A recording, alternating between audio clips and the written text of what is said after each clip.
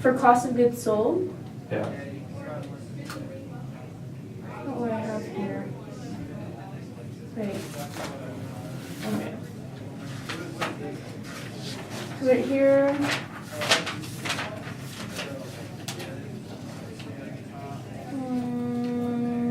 No, that's perpetual. LIFO periodic. Okay, so LIFO, it would be January 1st. It would be January 1st, and then April, and then August. So you go earliest and you start your way down. That's LIFO. Which that's how you would find ending inventory, which is what we did. So we did 400 by 10, and then for cost of goods sold, we just subtracted it.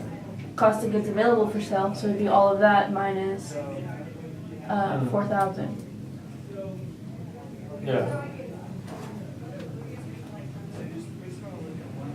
Yeah, so that's kind of like, so that's just going like this. So we just say, okay, so it's last in, first out. So these ones are going to come from up here. Right. And then we just subtract this from the total. Mm-hmm. So yeah, that's how you would do that one then. Because I know, like, what I'm referring to is that, like on, or maybe it's simply perpetual that requires you to do that. But, like, let me see, it's really hard to explain it, but, okay, so this is FIFO. For ending inventory, they worked their way up. I mean, they worked their way down. I mean, they went from November to August. So they're going backwards. So that's FIFO. And then cost of goods sold to check it would be January to August to April. Yeah, there you go. January, April, August. You understand what I'm saying? But like inventory, they go this way. So they go backwards. And this one, you go forwards. So it's not really, so that's how FIFO is. And then, because like to check it, like to double check it. And then last in, first out, and ending inventory, you would find it by going this way. And then to check it, you would go November and work your way up. Is that, just have to remember that? Yeah. Okay, and so for perpetual, how is it? Like, so with perpetual, it's pretty much the same, but it's slightly different.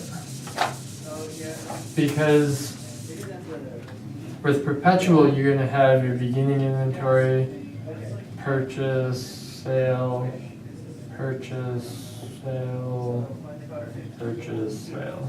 mm-hmm. And so it's basically the same, but so with LIFO, because these ones don't exist yet. Okay. Because like this is January 1st, 2nd, 3rd, 5th, 10th, 15th, and 20th. Okay.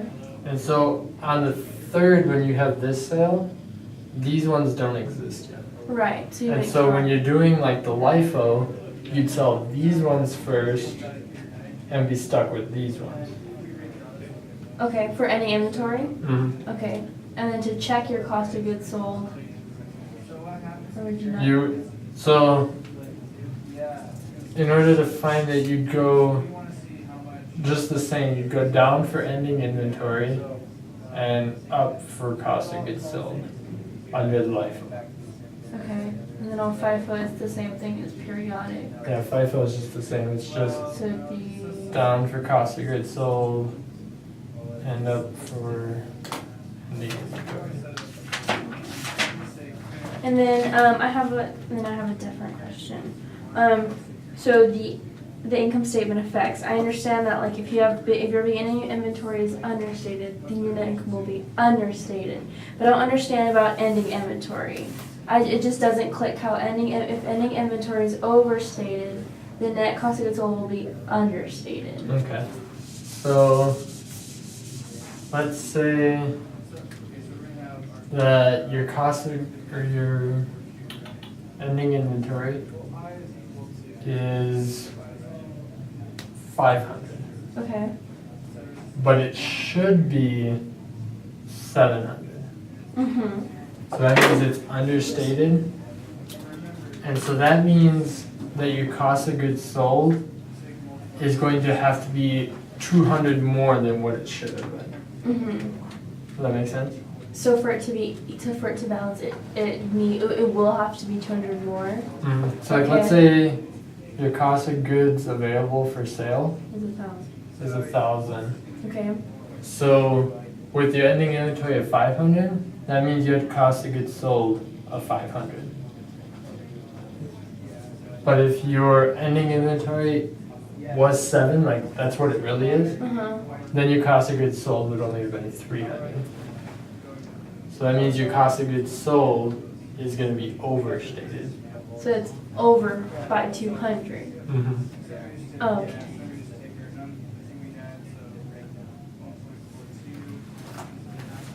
Okay. And then. So then if your cost of goods sold is overstated, that means your net income is going to be understated by the 200.